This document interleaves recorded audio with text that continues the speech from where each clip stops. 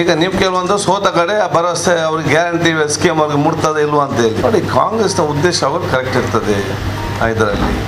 So ಕರಾವಳಿ ಪ್ರಣಾಳಿಕೆಯನ್ನು ಜನತೆ ಇವತ್ತು ತಿರಸ್ಕರಿಸಿದಂಥ ನಿಮ್ಮ ಭಾವನೆಗಳನ್ನ ವ್ಯಕ್ತಪಡಿಸುತ್ತಿದ್ದರೆ ಅದು ನಾವು ಬಗ್ಗೆ ಚರ್ಚೆ ಮಾಡ್ತೇವೆ.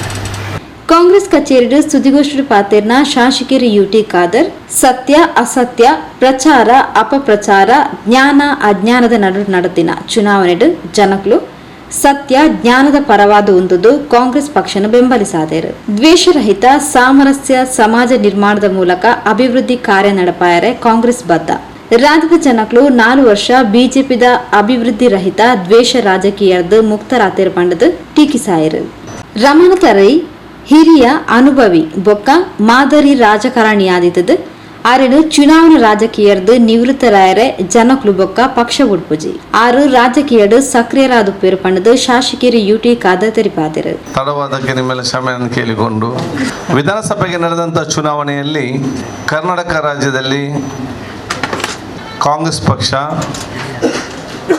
ಸ್ಪಷ್ಟವಾದ ಬಹುಮತ ಮೂಲಕ ಬರಲಿಕ್ಕೆ ಸಹಕರಿಸಿದಂಥ ಪ್ರತಿಯೊಂದು ಮತದಾರ ಬಾಂಧವರಿಗೂ ಕಾರ್ಯಕರ್ತರಿಗೂ ನಾಯಕರಿಗೂ ತಮಗೆಲ್ಲರಿಗೂ ಕೂಡ ಮಾಧ್ಯಮದ ಮಿತ್ರರಿಗೂ ನನ್ನ ವಿಶೇಷವಾದ ಅಭಿನಂದನೆ ಮತ್ತು ಕೃತಜ್ಞತೆ ಸಲ್ಲಿಸಲಿಕ್ಕೆ ಬಯಸ್ತೇನೆ. ಈ ಚುನಾವಣೆ ಸತ್ಯ ಮತ್ತು ಅಸತ್ಯದ ಚುನಾವಣೆ ಆಗಿತ್ತು. ಪ್ರಚಾರ ಮತ್ತು ಅಪಪ್ರಚಾರದ ಚುನಾವಣೆ ಆಗಿತ್ತು. ಜ್ಞಾನ ಮತ್ತು ಅಜ್ಞಾನದ ಚುನಾವಣೆ ಆಗಿತ್ತು. ಈ ಒಂದು ಚುನಾವಣೆಯಲ್ಲಿ ಕರ್ನಾಟಕ ರಾಜ್ಯದ ಜನತೆ ಜ್ಞಾನದ ಪರವಾಗಿ ನಿಂತು ಅಜ್ಞಾನವನ್ನು ತಿರಸ್ಕರಿಸಿ ಸತ್ಯಕ್ಕೆ ತಮ್ಮ ಜಯವನ್ನು ಗಳಿಸಿಕೊಟ್ಟಿದ್ದ ಹೇಳಲಿಕ್ಕೆ ಬಯಸ್ತೇನೆ. ದ್ವೇಷರಹಿತ ಸಾಮರಸ್ಯದ ಮುಖಾಂತರ ಅಭಿವೃದ್ಧಿ ಮಾಡಲು ಕಾಂಗ್ರೆಸ್ ಸರ್ಕಾರ ತಮ್ಮ ಕೆಲಸ ನಿರ್ವಹಿಸಂತ ಹೇಳಲಿಕ್ಕೆ ನಾನು ಇವತ್ತು ಬಯಸುವಂಥದ್ದು. ಕರ್ನಾಟಕ ರಾಜ್ಯದ ಜನತೆ ಕಳೆದ 4 ವರ್ಷದಲ್ಲಿ BJP ಸರ್ಕಾರದ ತಾರತಮ್ಯದ ದ್ವೇಷಪೂರಿತವಾದ ಜನಪರವಾಗಿ ಯಾವುದೋ ಒಂದು ಕಾರ್ಯಕ್ರಮ ಜನವಿರೋಧಿ ಹಾಗೂ ಜನರನ್ನು ಮಾನಸಿಕವಾದ ಒತ್ತಡದಲ್ಲಿ ಜೀವನ ಸಾಗಿಸುವಂಥ ಆ ಒಂದು ಬೆಲೆ ಏರಿಕೆ ಇರಲಿ, ಟ್ಯಾಕ್ಸ್ ಇರಲಿ, ಇದರಿಂದ ಒತ್ತಡದ ಜೀವನವನ್ನು ನಡೆಸ್ತಾಯಿದ್ರು. ಇದೆಲ್ಲರ ನೋವಿನ ಪರಿಣಾಮವಾಗಿ ತಮ್ಮ ನೋವನ್ನು ಇವತ್ತು ಮತದ ಮೂಲಕ ವ್ಯಕ್ತಪಡಿಸಿದ್ದಾರೆ ಹೇಳಲಿಕ್ಕೆ ಬಯಸ್ತೇನೆ. ಪಕ್ಷದ ಮೇಲೆ ವಿಶ್ವಾಸ ಇಟ್ಟಿದ್ದಾರೆ. ಕಾಂಗ್ರೆಸ್ ಪಕ್ಷ ಖಂಡಿತವಾಗಿ ಎಲ್ಲರಿಗೂ ಕೂಡ ಒಂದು ಯಾವ ರೀತಿ ಒಂದು ನಿರಾಳವಾಗಿ ಇವತ್ತು ಇದ್ದಾರೆ, ಒಂದು ಆಶಾಭಾವನೆ ಮುಖಾಂತರ ನಮ್ಮ ಸಮಸ್ಯೆಗೆ ಏನಾದರೂ ಒಂದು ಪರಿಹಾರ ಸಿಗ್ಬೋದೆಂಬ ಆ ಒಂದು ಅಪೇಕ್ಷಿಸಿದ್ದಾರೆ. ಅದಕ್ಕೆ ಅನುಗುಣವಾಗಿ ನಮ್ಮ ಸರ್ಕಾರ ಖಂಡಿತವಾಗಿಯೂ ನಡೀತದೆ ಅಂತ ಹೇಳಲಿಕ್ಕೆ ನಾನು ಇವತ್ತು ಬಯಸ್ತೇನೆ. ನನ್ನ ಉಳ್ಳಾಲ ಕ್ಷೇತ್ರ ಮಂಗಳೂರು ವಿಧಾನಸಭಾ ಕ್ಷೇತ್ರದಲ್ಲಿ ಕೂಡ ಸತತವಾಗಿ ನನ್ನನ್ನು 5ನೇ ಬಾರಿಗೆ ಅತ್ಯಧಿಕ ಬಹುಮತದಿಂದ ಮತ್ತೆ ಗೆಲ್ಲಿಸಿ ಕ್ಷೇತ್ರದ ಜನಸಾಮಾನ್ಯರು, ಕಾರ್ಯಕರ್ತರು, ಸರ್ವ ಜನರು ಕೂಡ ಸಹಕರಿತು ಕೊಟ್ಟಿದ್ದಾರೆ. ನಾನು ಬಹುಶಃ ಎಲ್ಲ ನಮ್ಮ ಕಾರ್ಯಕರ್ತರಿಗೆ, ಮತ ಬಾಂಧವರಿಗೆ, ಸರ್ವಧರ್ಮದ ಧಾರ್ಮಿಕ ಮುಖಂಡರಿಗೆ ಮತ್ತು ಹಿತೈಷಿಗಳಿಗೆ ನಿಮ್ಮ ಮುಖಾಂತರ ನನ್ನ ಕೃತಜ್ಞತೆ ಸಲ್ಲಿಸಿಕೊಂಡು ನನ್ನ ಮೇಲಿಟ್ಟಂಥ ವಿಶ್ವಾಸಕ್ಕೆ, ಅವರ ಗೌರವಕ್ಕೆ ಧಕ್ಕೆ ಬರದ ರೀತಿಯಲ್ಲಿ ನನ್ನ ಕೆಲಸವನ್ನು ಕೂಡ ಮುಂದುವರಿಸ್ತೇನೆ. ನಿಮ್ಮೆಲ್ಲರ ಆ ಸಹಕಾರ ನಮಗೆ ಅತಿ ಅಗತ್ಯ ಅಂತ ಹೇಳಲಿಕ್ಕೆ ನಾನು ಇವತ್ತು ಬಯಸುವಂಥದ್ದು. ಸೊ ನಮ್ಮ ಪ್ರದೇಶ ಇವತ್ತು ಅಥವಾ ಕ್ಷೇತ್ರ ಇವತ್ತು ಅಭಿವೃದ್ಧಿಪಡಿಸಬೇಕಾದ್ರೆ ನಿಮ್ಮ ಸಲಹೆ ಸೂಚನೆ ಮಾರ್ಗದರ್ಶನ ನಾವು ಪಡೆದುಕೊಂಡೇ ಅದನ್ನು ಬಹುಶಃ ಮುಂದೆ ತೆಗೆದುಕೊಳ್ಳೋ ಅವಕಾಶ ಖಂಡಿತವಾಗಿ ಮಾಡ್ತಂತ ಕೂಡ ಹೇಳಲಿಕ್ಕೆ ನಾನು ಇವತ್ತು ಇಚ್ಛಿಸುವಂಥದ್ದು. ಕರ್ನಾಟಕ ರಾಜ್ಯದಲ್ಲಿ ಕಾಂಗ್ರೆಸ್ ಶೇಕಡ 90ರಷ್ಟು ಕಡೆಗಳಲ್ಲಿ ಇವತ್ತು ಬೇರೆ ಬೇರೆ ಕಡೆಗಳಲ್ಲಿ ಇವತ್ತು ಜನರ ವಿಶ್ವಾಸನ ಗಳಿಸಿದೆ. ಕರಾವಳಿ ಮತ್ತು ಇನ್ನು ಕೆಲವು ಪ್ರದೇಶದಲ್ಲಿ ಇನ್ನೂ ಹೆಚ್ಚಿನ ಒಂದು ವಿಶ್ವಾಸ ನಾವು ಗಳಿಸಬೇಕು. ಮುಂದಿನ 5 ವರ್ಷದಲ್ಲಿ ಕಾಂಗ್ರೆಸ್ನ ಕೆಲಸ ಕಾರ್ಯಗಳ ಜೊತೆಯಲ್ಲಿ ಬಹುಶಃ ನಮ್ಮ ಕೆಲಸ ಮಾಡೋ ಮುಖಾಂತರ ಕರಾವಳಿ ಮತ್ತು ಇನ್ನಿಂದ ಕೆಲವು ಪ್ರದೇಶ ನಾವು ಎಲ್ಲಿ ಯಶಸ್ವಿ ಆಗಲಿಲ್ಲ, ಅಲ್ಲಿ ಎಲ್ಲ ಜನರ ವಿಶ್ವಾಸ ಗಳಿಸುವಂಥ ಕೆಲಸ ಕಾಂಗ್ರೆಸ್ ಪಕ್ಷ ಮಾಡ್ತದೆ. ನಾವೆಲ್ಲರೂ ಕೂಡ ಅದಕ್ಕೆ ತಯಾರಾಗಿ ನಮ್ಮ ಕಾರ್ಯಕರ್ತರ ಮುಖಾಂತರ BJPಗೆ ಮತ್ತು ಕಾಂಗ್ರೆಸ್ ಸರ್ಕಾರಕ್ಕೆ ವ್ಯತ್ಯಾಸ ತೋರಿಸಿಕೊಂಡು ಕರಾವಳಿ ಪ್ರದೇಶ ಮತ್ತು ಇನ್ನಿತರ ಪ್ರದೇಶ ಜನರ ಮತ್ತು ಮತದಾರರ ವಿಶ್ವಾಸವನ್ನು ಗಳಿಸ್ತೇವೆ ಅಂತ ಹೇಳಲಿಕ್ಕೆ ಬಯಸ್ತೇನೆ.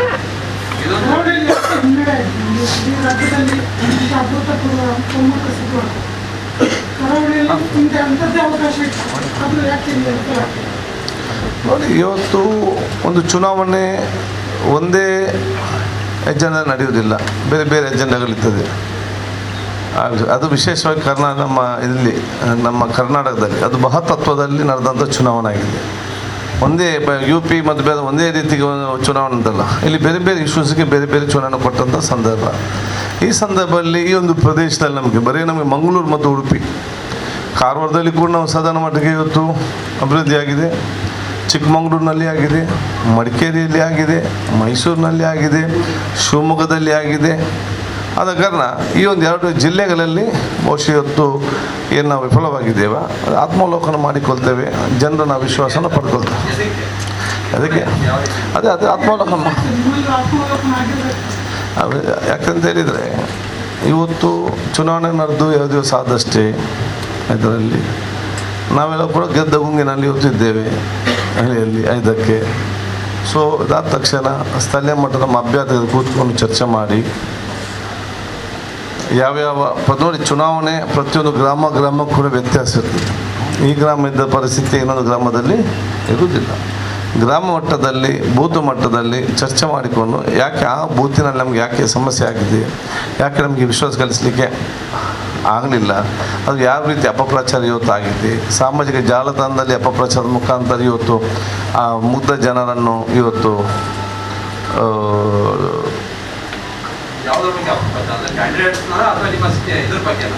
ಅದು ಚರ್ಚೆ ಮಾಡ್ತಂತ ಗ್ಯಾರಂಟಿ ಮತ್ತೆ ನಾನು ನೋಡ್ಬೇಕಂತಿಲ್ಲ, ನೋಡಬೇಕಲ್ಲ.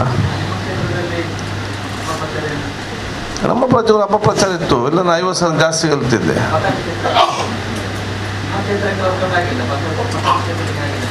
ಅದೇ ನಮ್ಮಲ್ಲಿ ಆಗಲಿಲ್ಲ, ಅಲ್ಲಿ ಯಾಕೆ ಆಗಿದೆ ಎಲ್ಲ ಕೂಡ ಚರ್ಚೆ ಮಾಡ್ತೇವೆ.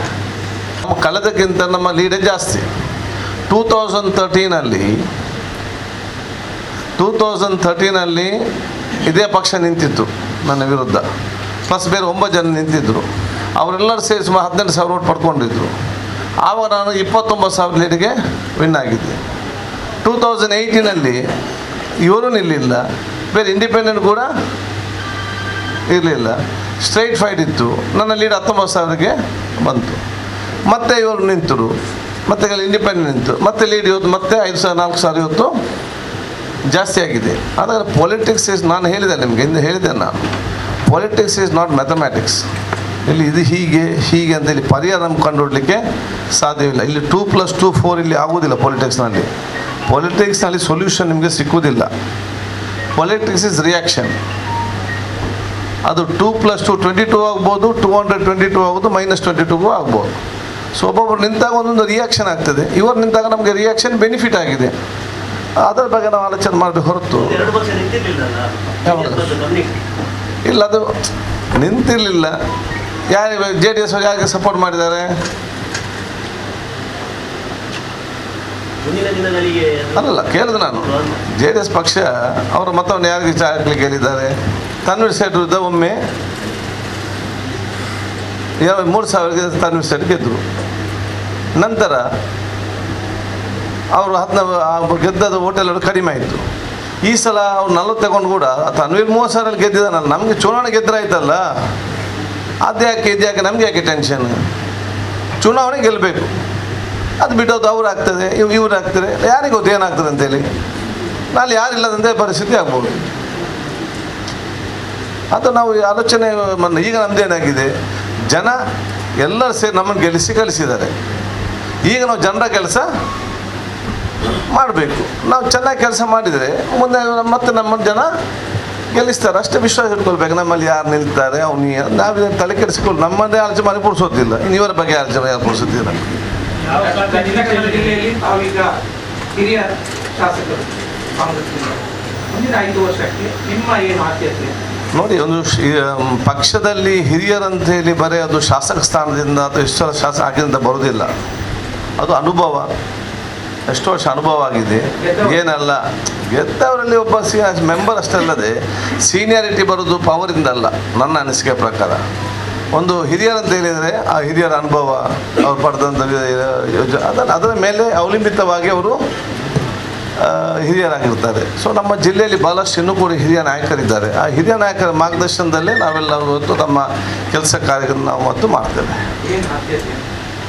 ಯಾವುದಕ್ಕೆ ಆದ್ಯತೆ ಕೊಡ್ತೀವಿ ಅಂತ ಇಲ್ಲೇ ಇದೆ. ನಮ್ಮದು ಮೊದಲು ಶಾಂತಿ ಸಾಮರಸ್ಯ ಸೋದರತೆ, ಒಂದು ನೆಮ್ಮದಿಯ ಸಮಾಜ, ಅದರ ಮುಖಾಂತರ ಅದಿದ್ದರೆ ಮಾತ್ರ ಅಭಿವೃದ್ಧಿ ಆಗುವಂಥದ್ದು. ನಿಮ್ಮ ಹಿಂದೆ ಕಾಂಗ್ರೆಸ್ ಸರ್ಕಾರ ಇದ್ದಾಗ ಕೆಲವು ಪ್ರಾಜೆಕ್ಟ್ಗಳು ಬಂದದ್ದು ಹಾಗೆ ಉಳಿದಿವೆ. 4 ವರ್ಷದಲ್ಲಿ ಆಗಲಿಲ್ಲ. ಜಿಲ್ಲಾಧಿಕಾರಿಗಳ ಕಚೇರಿಯಾಗಲಿ, 3ನೇ ಹಂತದ ಮೀನುಗಾರಿಕಾ ಇದಾಗಲಿ, ಹಾಗೆ ತುಂಬ ಯೋಜನೆಗಳು ಬಾಕಿ ಇವೆ. ಅದನ್ನು ಕಂಟಿನ್ಯೂ ಮಾಡ್ತಾರೆ, ಏನು ಮಾಡ್ತೀವಿ? ಅದನ್ನು ನಾವು ಕಂಟಿನ್ಯೂ ಮಾಡಿ ಪ್ರತಿಯೊಂದು ನೋಡಿ, ಹಿಂದಿನ ಸರ್ಕಾರ ಮಾಡಿದ ಕೆಲಸಗಳನ್ನು ಮುಂದುವರಿಸ್ಕೊಂಡು ಹೋಗೋದು ಪ್ರತಿಯೊಂದು ಸರ್ಕಾರದ ಜವಾಬ್ದಾರಿ. ಅದು ಕಳೆದ BJP ಸರ್ಕಾರ ಹಿಂದೆ ನಾವು ಮಾಡಿಟ್ಟಂಥ ಒಂದೇ ಒಂದು ಯೋಜನೆಗಳನ್ನು ಕೂಡ ಅದು ಕಂಪ್ಲೀಟ್ ಕೂಡ ಮಾಡಲಿಲ್ಲ. ಯಾವುದೇ ಹೊಸತು ಕೂಡ ಪ್ರಾರಂಭ ಕೂಡ ಮಾಡಲಿಲ್ಲ. ಯಾವುದು ಜನಪರವಾಗಿತ್ತು ಅದನ್ನು ಕೂಡ ಬಂದ್ ಮಾಡೋದು ಪರಿಸ್ಥಿತಿ. ಇಂದಿರಾ ಕ್ಯಾಂಟೀನ್ ಇರಲಿ, ಬೇರೆ ಬೇರೆ ಸ್ಕೀಮ್ಸ್ ಇರಲಿ, ಸ್ಕಾಲರ್ಶಿಪ್ ಇರಲಿ. ಈಗ ನೀವು ಹೇಳಿದ್ರಿ, ನಮ್ಮ DC ಆಫೀಸ್ ಇರಲಿ, ಉಸ್ತುವಾರಿ ಮಂತ್ರಿ ನಮ್ಮ ಹತ್ರ ಇದ್ದಾಗ ಫಾರೆಸ್ಟ್ ಲ್ಯಾಂಡನ್ನು ರೆವೆನ್ಯೂ ಲ್ಯಾಂಡ್ ಕನ್ವರ್ಟ್ ಮಾಡಿ ಅಷ್ಟು ಸುಲಭ ಇಲ್ಲ. ಒಂದು ಫಾರೆಸ್ಟ್ ಲ್ಯಾಂಡನ್ನು ರೆವೆನ್ಯೂ ಲ್ಯಾಂಡ್ ಕನ್ವರ್ಟ್ ಮಾಡಲಿಕ್ಕೆ ಅಷ್ಟು ಸುಲಭದಲ್ಲಿ ಫಾರೆಸ್ಟ್ನ ಯಾರು ಬಿಡೋದಿಲ್ಲ, ಒಂದು ಸೆನ್ಸ್ ಅವ್ರ ಜಾಗ ಬಿಡೋದಿಲ್ಲ. ಅಂಥ ಲ್ಯಾಂಡನ್ನು ರೆವೆನ್ಯೂ ಲ್ಯಾಂಡ್ ಕನ್ವರ್ಟ್ ಮಾಡಿ ಅದಕ್ಕೆ ಅನುದಾನ ಬಿಡುಗಡೆ ಮಾಡಿ ಬಿಲ್ಡಿಂಗ್ ಕಟ್ಟಿದ್ದು ಕೂಡ 4 ವರ್ಷದಲ್ಲಿ ಒಂದು ಇದರ ಬಗ್ಗೆ ಕಾಳಜಿ ವಹಿಸಿಕೊಂಡು ಅದನ್ನು ಫುಲ್ಫಿಲ್ ಮಾಡಲಿಕ್ಕೆ ಇವರಿಂದ ಆಗಲಿಲ್ಲ. ನಾನು ಉಳ್ಳಾಲದಲ್ಲಿ 8 ಕೋಟಿ ಹಬ್ಬಕ್ಕ ಬಸವಕನ ಇಟ್ಟೆ, ಹಬ್ಬಕ್ಕ ಭವನಕ್ಕೆ ಎಲ್ಲ ಆಗಿ ಬರೀ ಒಂದು 2 ಕೋಟಿ ಎಕ್ಸ್ಟ್ರಾ ಕೇಳಿದರು. ಸುನಿಲ್ ಕುಮಾರ್ ಅವರೇ ಅದು ಕನ್ನಡ ಮತ್ತು ಸಂಸ್ಕೃತಿ ಇಲಾಖೆ ಸಚಿವರು. 2 ಕೋಟಿ ಕೊಡಲಿಲ್ಲ. ಇಲ್ಲ, ಇದ್ದದಲ್ಲೇ ಮುಗಿಸಿ, ಇದ್ದದ್ರಿಂದ ಮುಗಿಸೋದಿದ್ದು ಎಂಥದ್ದು ನನಗೆ ಅರ್ಥ ಆಗಲ್ಲ. ಮಂತ್ರಿ ಬಂದು ಹೇಳ್ತಾರೆ 8ಅಲ್ಲೇ ಮುಗಿಸಿ, ಅದು ಎಂತ ಮುಗಿಸೋದು? ಅವ್ರು ಹೇಳ್ತಾರೆ ಸ್ಟ್ರಕ್ಚರ್ಗೆ ಇಷ್ಟು ಬೇಡ, ಸ್ವಲ್ಪ ಮೈಕಿ ಅದೀಗ ಎಕ್ಸ್ಟ್ರಾ ಆಗಿದೆ. ಈಗ ಆ 2 ಕೋಟಿ ಕೊಡ್ತಿದ್ದೆ ಕೆಲಸ ಸ್ಟಾರ್ಟ್ ಆಗ್ತಿತ್ತು. ಈಗ 2 ಕೋಟಿಯಿಂದ 3 ಕೋಟಿ ಬೇಕು ಈಗ 6 ತಿಂಗಳ ಕಳೆದ ನಂತರ. ಸೊ ಇಂಥ ಯಾವುದೇ ಅವರೊಂದು ಅಭಿವೃದ್ಧಿ ಜನಪರದ ಅಭಿವೃದ್ಧಿ ಮಾಡಲಿಲ್ಲ. ಸೊ ನೀವು ಪ್ರಶ್ನೆ ಇದು ಕೇಳಿ ಉತ್ತಮ. ಅದು ನೀವು ಇಲೆಕ್ಷನ್ ಮುಂಚೆ ಅದನ್ನ ಹೇಳ್ತಿದ್ರೆ ಭಾಳ ಪ್ರಯೋಜನ ಆಗ್ತಿತ್ತು. ಅವಾಗ ಯಾರು ಹೇಳಿಲ್ಲ ವಿಷಯ ಇದಕ್ಕಾಗಿ. ಈಗ ಇದಕ್ಕೆ FTCM 5 ಜನ ಕೊಡಬೇಕು ಅಂತೆಲ್ಲ, ಮುಸ್ಲಿಮ್ಸಿಗೆ 5 ಜನ ಕೊಡಬೇಕು. ಯಾವ ರೀತಿಯಿಂದ ಇದೆಲ್ಲ ಪಕ್ಷದ ಹೈಕಮಾಂಡ್ ಇವತ್ತು ತೀರ್ಮಾನ ಮಾಡ್ತದೆ. ಪಕ್ಷ ನಮಗೆ ಅಂಬೇಡ್ಕರ್ನ ಸಂವಿಧಾನ ವಿರೋಧಿ ಸರ್ಕಾರ ಕೆಳಗಿಳಿದು ಅಂಬೇಡ್ಕರ್ ಅವರ ಸಂವಿಧಾನ ಅನುಗುಣ ಸರ್ಕಾರ ಇವತ್ತು ಬಂದಿದೆಯಲ್ಲ, ಅದೇ ದೊಡ್ಡ ಖುಷಿ. ಇದಕ್ಕಿಂತ ದೊಡ್ಡ ಕೊಡುಗೆ ನಮಗೇನು ಅಲ್ಲ. ಜನರಿಗೆ ನಾವು ಕೆಲಸ ಮಾಡಲಿಕ್ಕೆ ಹಾಗಂತ ನಾನು ಹೇಳಿಲ್ಲ. ನಾನು ಹಿಂದೆ ನಮ್ಗೆ ಯಾವುದೆಲ್ಲ ಜವಾಬ್ದಾರಿ ಕೊಟ್ಟಿದ್ದಾರೆ ಅದನ್ನು ಸಮರ್ಪಕವಾಗಿ ನಿಭಾಯಿಸ್ತೇನೆ. ಮಂತ್ರಿ ಸ್ಥಾನವನ್ನು, ಅದು ಹೌಸಿಂಗ್ ಇರಲಿ, ಹೆಲ್ತ್ ಇರಲಿ, ಫುಡ್.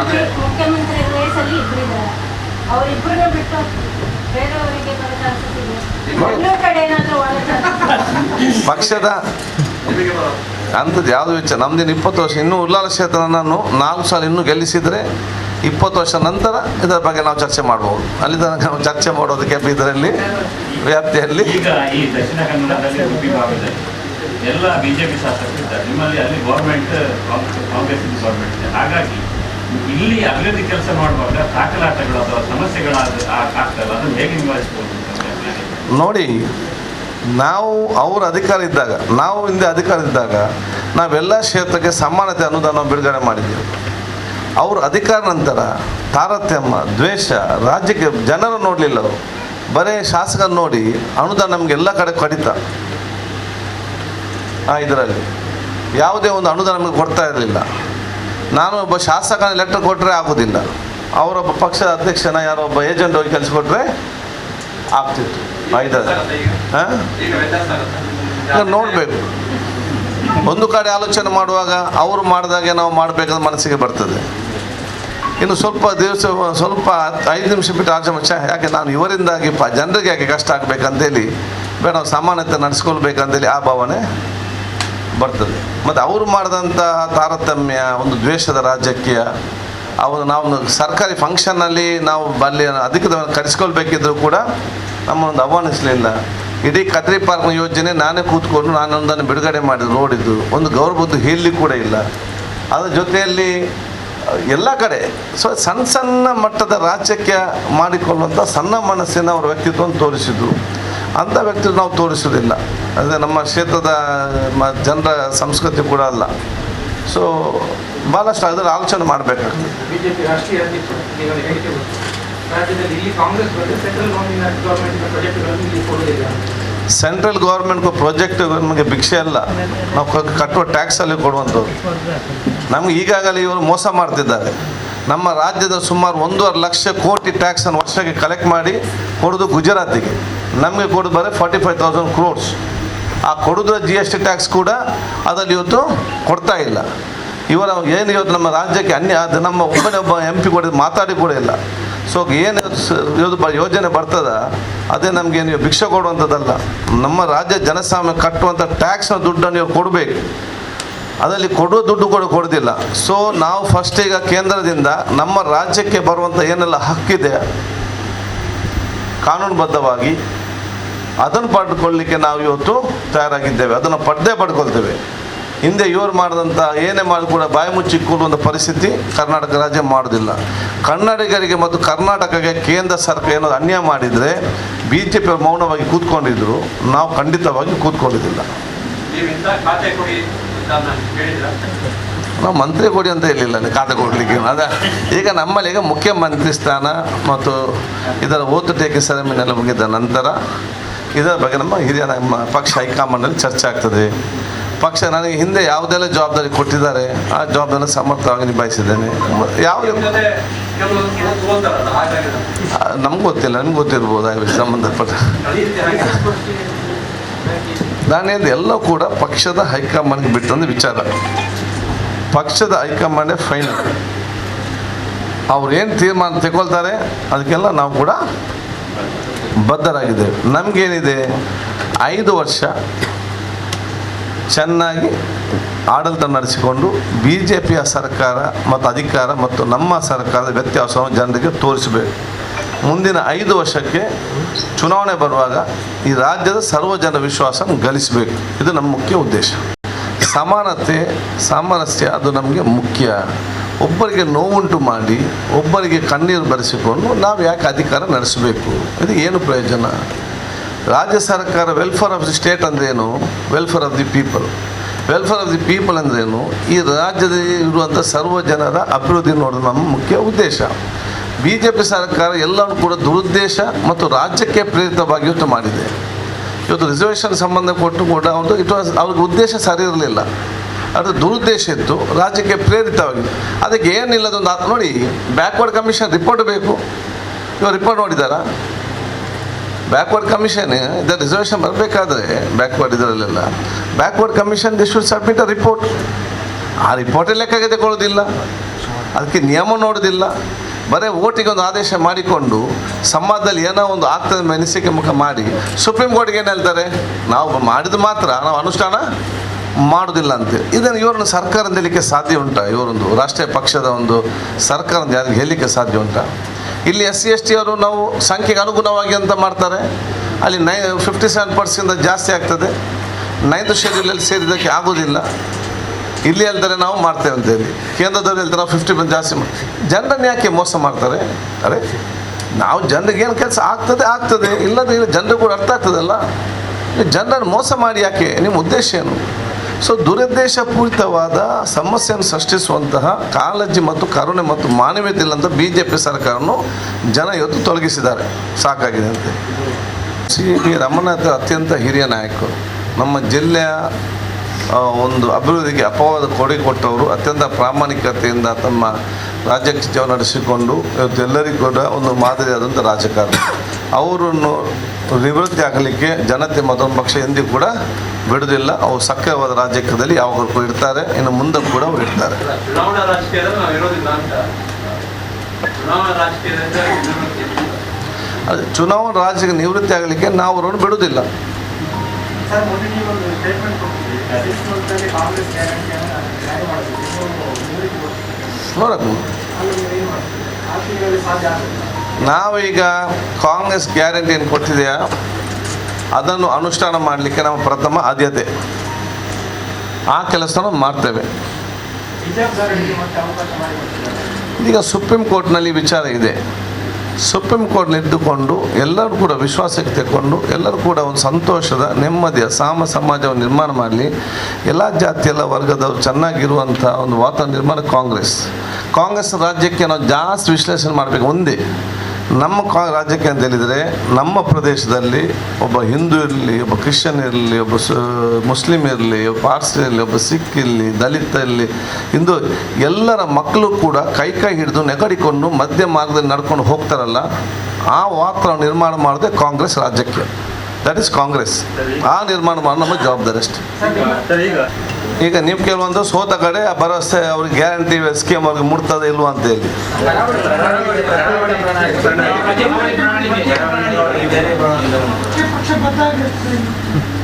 ನೋಡಿ, ಕಾಂಗ್ರೆಸ್ನ ಉದ್ದೇಶ ಅವರು ಕರೆಕ್ಟ್ ಇರ್ತದೆ ಇದರಲ್ಲಿ. ಸೊ ಕರಾವಳಿ ಪ್ರಣಾಳಿಕೆಯನ್ನು ಜನತೆಯತ್ತು ತಿರಸ್ಕರಿಸಿದಂಥ ನಿಮ್ಮ ಭಾವನೆಗಳನ್ನ ವ್ಯಕ್ತಪಡಿಸುತ್ತಿದ್ದರೆ ಅದು ನಾವು ಬಗ್ಗೆ ಚರ್ಚೆ ಮಾಡ್ತೇವೆ. ಕೆಲವು ಶಾಸಕರು ಹೇಳಿದ್ದಾರೆ, ಅಲ್ಲ ನೀವು ಹೇಳಿದ್ರೆ ನಿಮ್ಮ ಗ್ಯಾರಂಟಿಯನ್ನು ನಾವು ತಿರಸ್ಕಾರ ಮಾಡಿದ್ದೇವೆ. ಯಾರಿಗೆ ಶಾಸಕ ಬರೆದು ಕೊಡಲಿ ನಮಗೆ ಬೇಡ ಅಂತೇಳಿ ನಾವು ಅಲ್ಲಿ ಏನು ಅನುಷ್ಠಾನ ಮಾಡೋದಿಲ್ಲ. ಮಾಡಲೇಬೇಕಲ್ಲ ಸರ್ಕಾರದಿಂದ. ನೋಡಿ, ಬ್ಯಾರಿ ಅಕಾಡೆಮಿ ಕಚೇರಿ ಅದು. ತುಳು ಅಕಾಡೆಮಿ, ಕೊಂಕಣಿ ಅಕಾಡೆಮಿ, ಎಲ್ಲ ಅಕಾಡೆಮಿಗೆ ಒಂದೊಂದು ಕಟ್ಟಡ ಆಗಿದೆ. It is Beary academy. Beary ಅಂದರೆ ಒಂದು ಸಮುದಾಯ ಅಂತ ನಾವು ಕಣ್ಣನ್ನು ತಗೊಳ್ಬಾರ್ದು. ಬ್ಯಾರಿ ಈ ಪ್ರದೇಶದ ಸಂಸ್ಕೃತಿ, ಕಲ್ಚರ್, ತುಳು ಕಲ್ಚರ್ ಎಲ್ಲ ಕೂಡ ಮಿಕ್ಸ್ ಆಗಿರುವಂಥ ಒಂದು ಭಾಷೆ. ಸೊ ಈ ಒಂದು ಭಾಷೆ ಬರೀ ಒಂದು ಕಮ್ಮಿ ಒಂದು ಜಾತಿ ಆಧಾರದವಾಗಿ ಭಾಷೆ ಮಾತ್ರ ಅಲ್ಲ. ಭಾಷೆ ಅಂತ ಹೇಳಿದರೆ ಒಂದು ಟ್ರೆಡಿಷನ್, ಆ ಊರಿದ್ದು ಒಂದು ಕಲ್ಚರಲ್, ಒಂದು ಡ್ರೆಸ್ಸಿಂಗ್ ಸ್ಟೈಲ್ ಇದೆ. ಸೊ ಅದಕ್ಕೆ ಇವರು ಬ್ಯಾರಿ ನಮ್ಮ ಅಕಾಡೆಮಿ ಮಾಡುವಾಗ ಬ್ಯಾರಿ ಅಕಾಡೆಮಿ ಎಲ್ಲ ಜಾತಿ ವರ್ಗದ ಸದಸ್ಯರು ಕೂಡ ಇದ್ದಾರೆ. ಸೊ ಬೇರೆ ಅಕಾಡೆಮಿ ಕಚೇರಿಯನ್ನು ನಾವು ಮಾಡಲೇಬೇಕಾಗ್ತದೆ. ಎಲ್ಲ ಅಕಾಡೆಮಿ ಕಚೇರಿ ಇವತ್ತು ನಾವು ಕೊಂಕಣಿ ಅಕಾಡೆಮಿ ಇದೆ, ತುಳು ಅಕಾಡೆಮಿ ಇದೆ, ಅದರಲ್ಲಿ ನಮ್ಮ ಕನ್ನಡ ಪ್ರಾಧಿಕಾರದ ಇದೆ.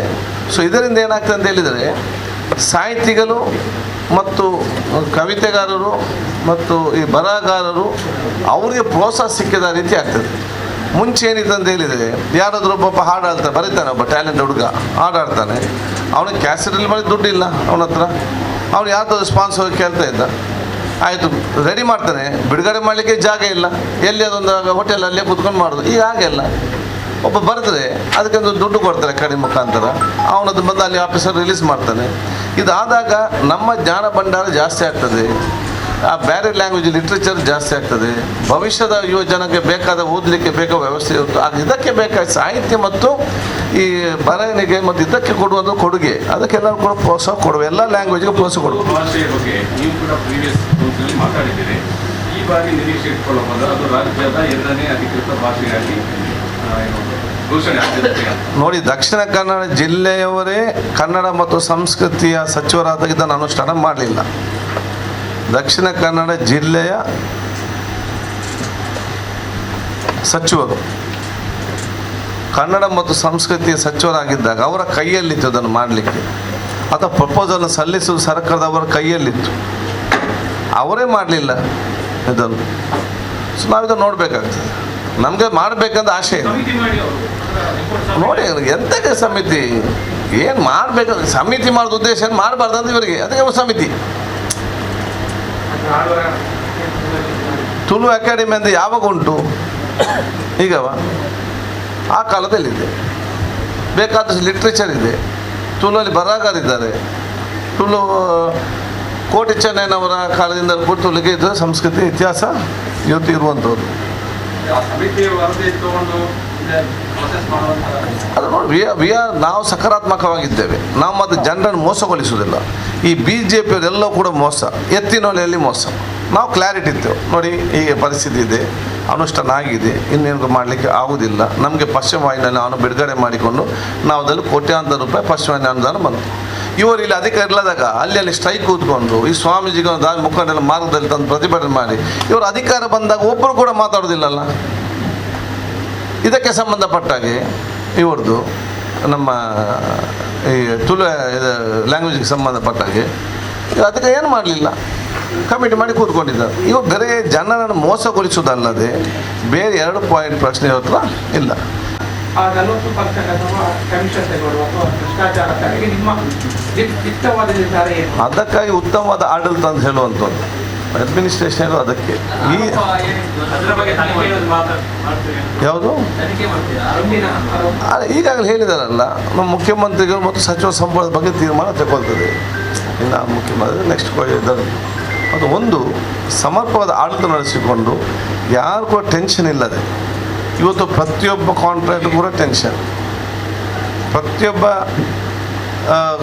ಯಾರು ವ್ಯಾಪಾರ ನಡೆಸ್ತಾನೆ ಅವನು ಟೆನ್ಷನ್, ಯಾರು ಶಿಕ್ಷಣ ಇಲಾಖೆ ನಡೆಸ್ತಾನೆ ಅವನು ಟೆನ್ಷನ್, ಯಾವ ಧಾರ್ಮಿಕ ಕೇಂದ್ರ ನಡೆಸ್ತಾನೆ, ಎಲ್ಲರಿಗೂ ಟೆನ್ಷನಲ್ಲಿದ್ದಾರೆ. ಯಾಕೆ ಇವತ್ತು ಹೋಗ್ಲಿಕ್ಕೆ ಗೊತ್ತಿಲ್ಲ. ಪ್ರತಿಯೊಂದು ಸರ್ಕಾರಿ ನೌಕರು ಕೂಡ ಕಣ್ಣೀರಲ್ಲಿ ಬಹುಶಃ ಅವರ ಕೆಲಸವನ್ನು ಮಾಡ್ತಾಯಿದ್ರು. ಪ್ರತಿಯೊಂದು ಒಂದು ಒತ್ತಡ ಆಗದ ಕೆಲಸ ಮಾಡುವಂತೆ ಎಂದು ಕೂಡ ಅವನಿಗೆ ಮಾಡಿ ಟ್ರಾನ್ಸ್ಫರ್ ನೋಡಿ. ನಾವೆಲ್ಲ ಅಧಿಕಾರದಲ್ಲಿದ್ದಾಗ ಒಂದು ಕಡೆಯಿಂದ ಟ್ರಾನ್ಸ್ಫರ್ ಆದ ಇನ್ನೊಂದು ಕಡೆ ಪೋಸ್ಟಿಂಗ್ ತೋರಿಸ್ತಿದ್ದೆವು. ಇವತ್ತು ಟ್ರಾನ್ಸ್ಫರ್ ಮಾತ್ರ, ರಿಪೋರ್ಟ್ ಹೆಡ್ ಆಫೀಸ್, ಪೋಸ್ಟಿಂಗ್ ತೋರಿಸೋದಿಲ್ಲ, ಅಲ್ಲಿಗೆ ಬೇರೆಯವ್ನು ಬರೋದು. ಇವನು ಹೆಡ್ ಆಫೀಸಲ್ಲಿ ಇವನು ಮೋಕ್ಷ ಸಿಗ್ಲಿಕ್ಕೆ ತಿರುಗಾಡೋದು. ಮತ್ತೆ ನಮ್ಮಲ್ಲಿ ಹೇಗಿದ್ದು ಇಲ್ಲಿ ನಾವು ಒಂದು ಆದೇಶವೂ ಕೂಡ ನಾವು ಇಲ್ಲಿಂದ ತೆಗೆದರೆ ಅವ್ರು ಇನ್ನೊಂದು ಪೋಸ್ಟಿಂಗ್ ಕೊಡ್ತಾರೆ. ಯಾಕೆ? ನಮಗೆ ಅವರು ನಮ್ಮ ಮಾನವ ಸಂಪೂರ್ಣ ಸಂಪತ್ತು. ಅವರು ಸರ್ಕಾರಿ ಅಧಿಕಾರಿಗಳು, they are the asset of the state. Postings ಅಂತೆಲ್ಲ, ವಿ ಆರ್ ಗಿವನ್ ಪೋಸ್ಟಿಂಗ್ಸ್ ಒಂದು ಕಡೆಗೆ. ಅವ್ರು ಒಬ್ಬ ಅಧಿಕಾರಿ ಅಂತ ಹೇಳಿದರೆ ಅವನು ಇಷ್ಟು ವರ್ಷ ಕಲಿತು ಅವನ ಅನುಭವ, ಅವನು ಒಂದು ದಿವಸ ಕೂಡ ನಾವು ವೇಸ್ಟ್ ಮಾಡಬಾರ್ದು. ಅವನದು ಪ್ರಯೋಜನ ನಾವು ತಗೊಳ್ಬೇಕು. They asset of the state. ಇಲ್ಲಿ ಅವ್ನು ಕೆಲಸ ಮಾಡಿದೆ, ಅವ್ನು ಇನ್ನೊಂದು ಕಡೆ ಕೆಲಸ ಮಾಡಿಸ್ಬೇಕು ಅವನ ಹತ್ರ. ಆ ಅನುಭವ ಇರುವವರು ನೀವು ತಗೊಂಡು ಸುಮ್ಮನೆ 3 ತಿಂಗಳು ಸುತ್ತಾಡಿಸಿದರೆ ಏನಾಗ್ಬೋದು ಕೆಲಸ? ಇಂಥ ಈ ಅಡ್ಮಿಷನ್ ನಾವು ಕ್ಲೀನ್ ಮಾಡಿಕೊಂಡು ಟ್ರಾನ್ಸ್ಪರೆಂಟ್ ಮಾಡಿ ಎಲ್ಲರಿಗೆ ವಿಶ್ವಾಸ ಬರುವಂಥ ಮತ್ತು ಎಲ್ಲ ಖುಷಿ ಇರುವಂಥ ಒಂದು ವಾತಾವರಣ ನಾವು ನಿರ್ಮಾಣ ಮಾಡ್ತೇವೆ. ನಾವೀಗ ಅಲ್ಲಿದ್ದೇವಲ್ಲ, ಅಲ್ಲಿ ಸೀಕ್ರೆಟ್ ಬ್ಯಾಲೆಟ್ ಮಾಡಿದ್ದಾರೆ. ಯಾಕೆ ಇಲ್ಲಿ ಬಂದು ಹೇಳಿಕ ಪಕ್ಷದ ಅವರವರ ಅಭಿಪ್ರಾಯವನ್ನು ತಗೊಂಡಿದ್ದಾರೆ. ಪಕ್ಷದ ಹೈಕಮಾಂಡ್ ತೀರ್ಮಾನ ಮಾಡ್ತದೆ. ಪಕ್ಷದ ಹೈಕಮಾಂಡ್ ತೀರ್ಮಾನವನ್ನು ಎಲ್ಲರೂ ಕೂಡ ಒಪ್ತಾರೆ. ನಿಮ್ಮ 5 ಗ್ಯಾರಂಟಿಗಳಲ್ಲಿ ನೀವು ಹಿಂದೆ ಕುಚ್ಚಲಕ್ಕಿ ವಿಚಾರವನ್ನು ಪ್ರಸ್ತಾಪ ಮಾಡ್ತಾ ಇದ್ದೀವಿ. ಈಗ ಕರಾವಳಿಗೆ ಅದು ಏನಾದರೂ ಮುಂದಿನ ದಿನಗಳಲ್ಲಿ ಅದು ನಾವು ನೋಡ್ಬೇಕಂತ ಹೇಳಿದರೆ, ನಮ್ಮ ಸರ್ಕಾರ ಬಂದ ನಂತರ ಯಾರಾದರೂ ಫುಡ್ ಮಿನಿಸ್ಟರ್ ಆಗ್ತಾರೆ, ಕೂತ್ಕೊಂಡು ಚರ್ಚೆ ಮಾಡಬೇಕು. ನಮ್ಮ ಜಿಲ್ಲೆಗೆ ಎಷ್ಟು ಕುಚ್ಚಲಕ್ಕಿ ಅಗತ್ಯ ಇದೆ, ನಮ್ಮಲ್ಲಿ ಎಷ್ಟು ಕುಚ್ಚಲಕ್ಕಿ ಉತ್ಪಾದನೆ ಆಗ್ತದೆ, ಅದರಲ್ಲಿ ಎಷ್ಟು ಜನ ಸರ್ಕಾರಕ್ಕೆ ಕೊಡ್ತಾರೆ, ಅದನ್ನು ನಾವು ಎಲ್ಲೆಲ್ಲ ಹಲ್ಲಿಂಗ್ ಮಾಡಿಕೊಂಡು ಈಗ ತಯಾರು ಮಾಡಬೇಕು. ಅದಕ್ಕೆ ಎಷ್ಟು ನಾವು ರೇಟ್ ಕೊಡಬೇಕು, ಅದಕ್ಕೆ ಎಷ್ಟು, ಅದೆಲ್ಲ ಒಂದು ಪ್ರೋಸೆಸ್ ಇದೆ. ಅದು ನಾನಿದ್ದಾಗ ಅವತ್ತು ನಾವೆಲ್ಲ ಮಾಡಿದಷ್ಟು it's a continuous process. So ನಮ್ಮ ಜಿಲ್ಲೆಗೆ ಎಷ್ಟು ಬೇಕು ತಿಂಗಳಿಗೆ, ಅದು ಎಲ್ಲ ಕಡೆ ಕುಚ್ಚಲಕ್ಕಿ ಭತ್ತ ಬೆಳೆಯುವುದಿಲ್ಲಲ್ಲ. ಮಂಗಳೂರು, ದಾವಣಗೆರೆ, ಸ್ವಲ್ಪ ಶಿವಮೊಗ್ಗದಲ್ಲಿ ಬೆಳೆಯುವಂಥದ್ದು. ಇಲ್ಲಿ ಎಷ್ಟು ರೈತರು ಬೆಳೀತಾರೆ ಪ್ರತಿ ವರ್ಷ, ಅದು ಬೆಳೀಲಿಕ್ಕೆ ಅವ್ರಿಗೆ ನಾವು ಪ್ರೋತ್ಸಾಹ ಕೊಡಬೇಕು. ಬೆಳೆದದ್ದನ್ನು ಯಾರು ಡೈರೆಕ್ಟ್ ಮಿಲ್ ನಾವು ಪರ್ಚೇಸ್ ಮಾಡಬೇಕಾ, ಅಥವಾ ಸರ್ಕಾರ ಪರ್ಚೇಸ್ ಮಿಲ್ಲಿಗೆ ಹಾಕಬೇಕಾ, ಅಥವಾ ಅವರೇ ಮಿಲ್ಲಲ್ಲಿ ಹಾಕಿಕೊಂಡು ಹಲ್ಲಿಂಗ್ ಮಾಡಿ ನಾವು ಡೈರೆಕ್ಟಾಗಿ ದುಡ್ಡು ಕೊಟ್ಟು ನಾವು ಪರ್ಚೇಸ್ ಮಾಡಬೇಕಾ? ಇದನ್ನು ಪ್ಲ್ಯಾನ್ ಮಾಡಿಕೊಂಡೇ ಇವತ್ತು ಅನುಷ್ಠಾನ ಮಾಡುವಂಥದ್ದು. ಅದಕ್ಕೆ ಒಂದು ಸಿಸ್ಟಮ್ ಇದೆ. ಹೋಗಿ ಮುಖ್ಯಮಂತ್ರಿ ಮನವಿ ಕೊಟ್ಟ ತಕ್ಷಣ ಮಂತ್ರಿಗಳು ಇಲ್ಲಿ ಕುಚ್ಚಲಕ್ಕಿ ಬರುವುದಿಲ್ಲ. ಅದು BJP ಗೊತ್ತಿಲ್ಲ. BJP ಪ್ರತಿ ವರ್ಷ ಬಂದ ತಕ್ಷಣ ಮುಖ್ಯಮಂತ್ರಿ ಮನವಿ, ಅದನ್ನು ನೀವೊಂದು ಹಾಕೋದು ಪೇಪರಲ್ಲಿ, ಆಯಿತು ಮುಗಿದು. ಜನರು ಕುಚ್ಚಲಕ್ಕಿ ತಿಂದೆ ಹಾಗೆ ಆಯಿತು. ನಿಮ್ಮ ಪೇಪರಲ್ಲಿ ಬಂದಾಗ ಏನು ಒಂದೇ ಒಂದು ಮೀಟಿಂಗ್ ಆಗಲಿಲ್ಲ,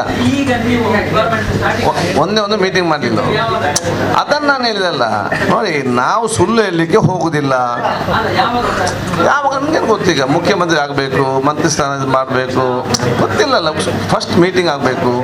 ಎಷ್ಟು ಬೇಡಿಕೆ ಇದೆ, ನಮ್ಮ ಶಾಲೆಯಲ್ಲಿ ಮಕ್ಕಳಿಗೆ ಎಷ್ಟು ಕುಚ್ಚಲಕ್ಕಿ ಬೇಕು, ಮನೆ ತಗೊಂಡು ಹೋಗೋಷ್ಟು, ಇದೆಲ್ಲ ಎಷ್ಟು ಬೇಡಿಕೆ ಬರ್ತದೆ, ನಮ್ಮಲ್ಲಿ ಎಷ್ಟು ಹೊತ್ತು ಉತ್ಪಾದನೆ ಆಗ್ತದೆ, ಇದನ್ನು ಖಾಸಗಿ ನಾವು ಯಾವ ರೇಟಲ್ಲಿ ನಾವು ಪರ್ಚೇಸ್ ಮಾಡಬೇಕು, ಇದೆಲ್ಲ ಒಪ್ಪಿಗೆ ತೆಕ್ಕೊಂಡು ಇದಕ್ಕೆ ರೇಟ್ ಫಿಕ್ಸ್ ಮಾಡಿಕೊಂಡು, ಮತ್ತು ಎಲ್ಲೆಲ್ಲಿ ಯಾವ್ಯಾವ ಮಿಲ್ಲಿನವರಿಗೆ ಕೊಡಬೇಕು. ನಾನು ಅದರಲ್ಲಿ ಮೋಸ ಆಗಬಾರ್ದಲ್ಲ. ಯಾವ್ಯಾವ ಮಿಲ್ನವ್ರಿಗೆ ನಾವು ಪರ್ಮಿಷನ್ ಕೊಡಬೇಕು. ಯಾಕೆ ಮಿಲ್ಲು ಕೂಡ ಬದುಕ್ತದೆ. ಅದರಿಂದಾಗಿ ರೈಸ್ ಮಿಲ್ ಕೂಡ ಬದುಕಬೇಕಾದ್ರೆ ಇಂಥ ಸರ್ಕಾರ ಕೊಟ್ಟರೆ ಅವ್ರಿಗೆ ಕೂಡ ಒಂದು ಇದಾಗ್ತದೆ.